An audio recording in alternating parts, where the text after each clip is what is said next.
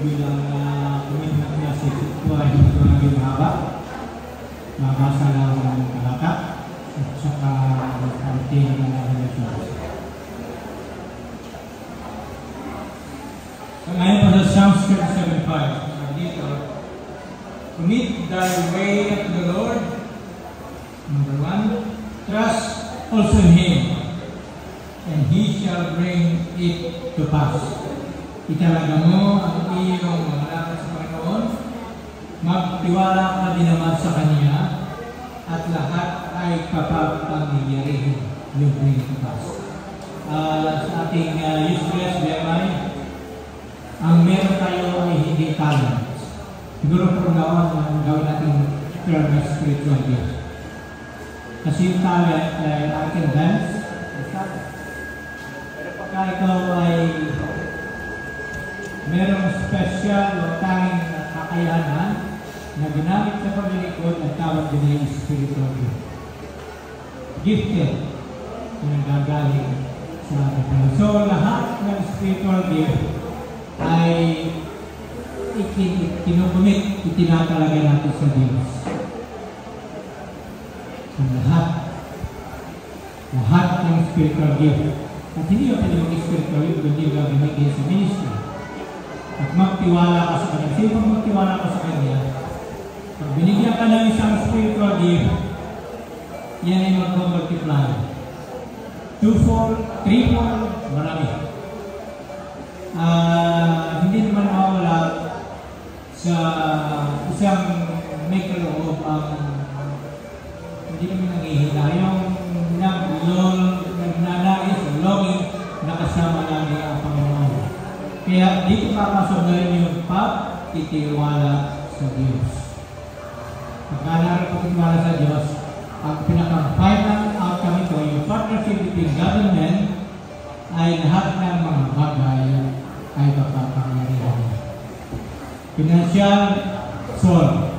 Interrelationship, solve. Yung ministries, itineraries, mag-o-open ng marami ng Diyos. Only for the sake of souls. Kaya ulit ko po yung ating text.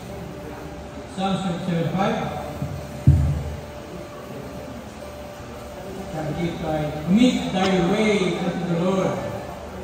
Trust also in Him, and He shall bring it to pass. So gusto kong marin ng Diyos sa ating mga kapatid na patuloy naglilingkod on your third anniversary.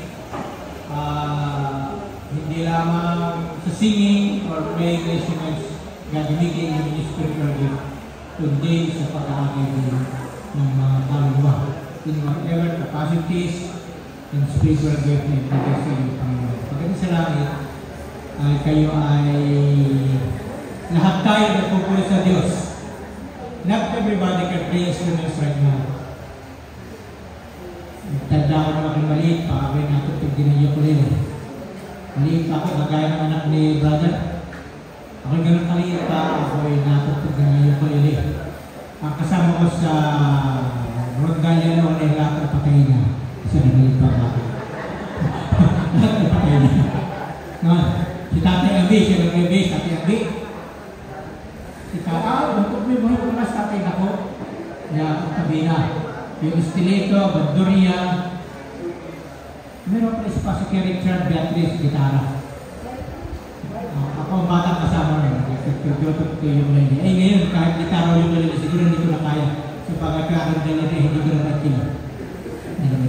Pero, I love music. At times, kami ay nagpa-practice pa rin awit para naman yung aking mga nararamdaman ay at least na ibsal. Magpapatuloy sapagkat pagdating sa langit, Diyos wala kang gagawin kundi puri sa Diyos sa kanyang kabutihan. And we will sing the song of victory which was sung by the Israelites after they crossed Jordan. Ano sila hinahabol ng mga Egyptians. Sila ay kakawit ng ilog ng nandun na yung Egyptians. Hindi nila nakabat. Mamamatay tayo dito. Pero biglang nawahin dagat. At pagkatawid nila sa nagkawid lahat, bigla nagsaliko pa rin dagat at kinalaki na nila sa victory. Yan ay nakalagay sa Revelation, great and marvelous are your works of God. Just and true are your ways of God. So, sa ating mga kapatid, dito sa Mauban, ay salamat sapagkat kayo naging part ng 3rd anniversary ng BMI Express Group.